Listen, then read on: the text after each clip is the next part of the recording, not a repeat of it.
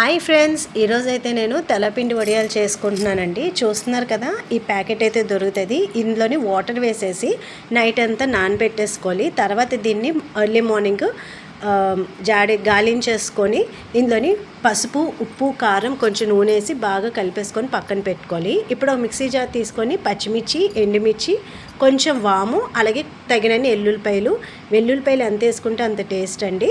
అవి వేసుకొని మిక్సీ పట్టుకోవాలి. ఇప్పుడు నానబెట్టుకొని ఉప్పు కారం పట్టిన తెల్లపిండిలోని ఒక నిమ్మకాయ చెక్క పిండుకొని ఇందులోనే పచ్చిమిర్చి పేస్ట్ని కూడా వేసుకొని బాగా కలిపేసుకుంటే ఇంకేముందండి, తెల్లపిండి వడియాలు అయితే రెడీ అయిపోయి ఇవి కొంచెం వడియాల్లా చేసుకొని ఎండలో పెట్టుకుంటే ఎండిన వడియాల కింద చాలా బాగుంటుంది. కానీ నాకు ఇలాగా పచ్చి ముద్ద ఇష్టం కాబట్టి నేను ఫ్రిడ్జ్లో స్టోర్ చేసుకుంటున్నాను అనమాట ఇలాగా.